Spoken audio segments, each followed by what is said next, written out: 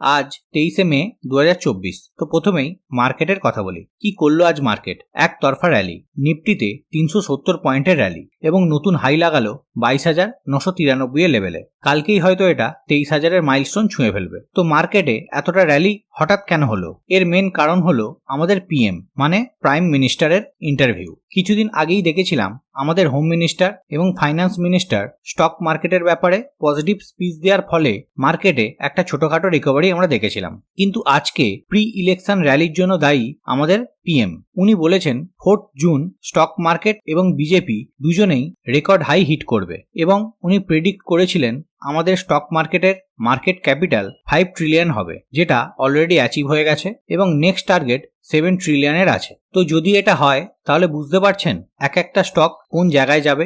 Next 5 বছর golden period হতে চলেছে ইন্ডিয়ান স্টক মার্কেটের জন্য, যার জন্য আজকে লার্জ ক্যাপ স্টক এবং পিএসইউ স্টকগুলোতে দুর্দান্ত র্যালি হয়েছে। তো এরই মধ্যে আমার দুটো ফেভারিট সেক্টর, ফার্স্ট ডিফেন্স, এটা নিয়ে কি আর বলবো। 2-3 মাসের মধ্যে আমাদের টাকা ডবল করছে। কোচিন শিপইয়ার্ড আজ 16% up, Mazagon dock 8.5% up, Garden Reach 19% up একই দিনে। লাস্ট আমার ভিডিওগুলো উঠিয়ে দেখে নিন। এই স্টকগুলোর কথা বলে বলে আমার মুখ ব্যথা হয়ে গেছে। এবার অনেকে কমেন্ট করবেন কাল কিনবো কিনা এবং কিনেও নেবেন।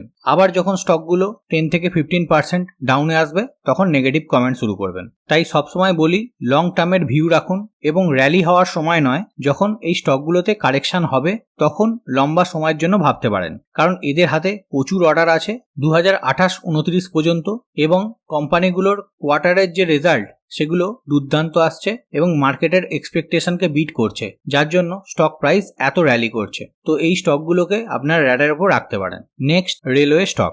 যারা মোটামুটি আমার টাচে থাকেন তারা হয়তো জানবেন যখন এই সেক্টরের স্টকগুলো তার হাই লেভেল থেকে 25 থেকে 30% কারেক্ট করছিল তখন বলেছিলাম স্টকগুলোতে খুব তাড়াতাড়ি আমরা নতুন হাই দেখব।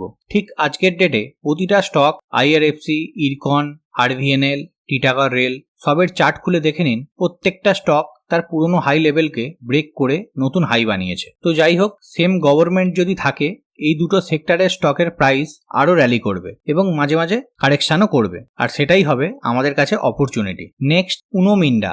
আজ স্টক প্রাইসে বাম্পার তেজি, সাডেনলি স্টক প্রাইসে স্পাইক দেখা যায় এবং অল টাইম হাই 880 লেভেলে বানিয়ে দেয়। তো এতটা শেয়ার প্রাইস বাড়ার পিছনে কারণ হলো Q4 এর রেজাল্ট, যেটা বাম্পার এসেছে এবং সমস্ত রকম এস্টিমেটকে বিট করে দিয়েছে। তো যদি একটু রেজাল্টটা ওভারভিউ করি, এই কোয়ার্টারে কোম্পানির sales best ever, operating profit best ever, margin improve করেছে এবং নেট প্রফিট সেটাও বেস্ট এভার এসেছে। এটা একটা অটো কম্পোনেন্টস ম্যানুফ্যাকচারিং করা কোম্পানি।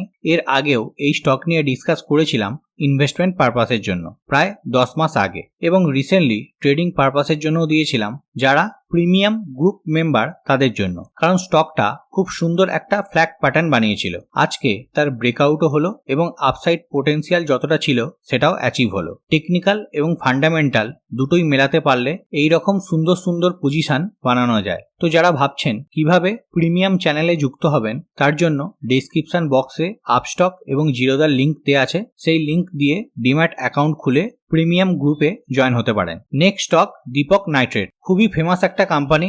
আজ স্টক প্রাইস প্রায় 5% মতো নেগেটিভে বন্ধ হয়েছে। এর কারণ কিছু ব্রোকারেজ ফার্ম নেগেটিভ কমেন্ট্রি করেছে, কারণ তারা প্রিডিক্ট করছে সামনের দিনগুলোতে এই কোম্পানি অনেক চ্যালেঞ্জের সম্মুখীন হতে পারে। ফার্স্ট, চায়নার কেমিক্যাল ডাম্পিং এর কারণে, সেকেন্ড, রেড সি ক্রাইসিস এবং থার্ড, কেমিক্যালের মার্কেটের ডিম্যান্ড কম থাকার জন্য। তো এইসব কারণের জন্য এই কোম্পানির ব্যবসা খারাপ হবে সামনের দিনে। প্লাস Q4 এর রেজাল্টও এক্সপেকটেশনকে বিট করতে পারেনি, যার জন্য এই কোম্পানিতে আমরা এতটা ফল দেখছি, যেটা আরো হয়তো কন্টিনিউ হতে পারে। তো এরপর আপনাদের যদি কোনো কোম্পানি রিলেটেড কোনো ইনফরমেশন দরকার হয় তাহলে কমেন্টে সেটা জানাতে পারেন, আমি চেষ্টা করব সেগুলোর উত্তর দেওয়ার। তো ভিডিও শেষে জাস্ট একবার গ্লোবাল মার্কেটটা দেখে নিই। তো এখন ইউএস মার্কেটের ডাউ জোন্স প্রায় 300 পয়েন্ট নেগেটিভে চলছে এবং ন্যাসডাক ইন্ডেক্স প্রায় 100 পয়েন্ট পজিটিভে চলছে এবং বাকি ইউরোপিয়ান ইন্ডেক্সগুলো মিক্স রিয়াকশন, কেউ কেউ পজিটিভ আবার কেউ কেউ নেগেটিভে চলছে। তো দেখা যাক এর জন্য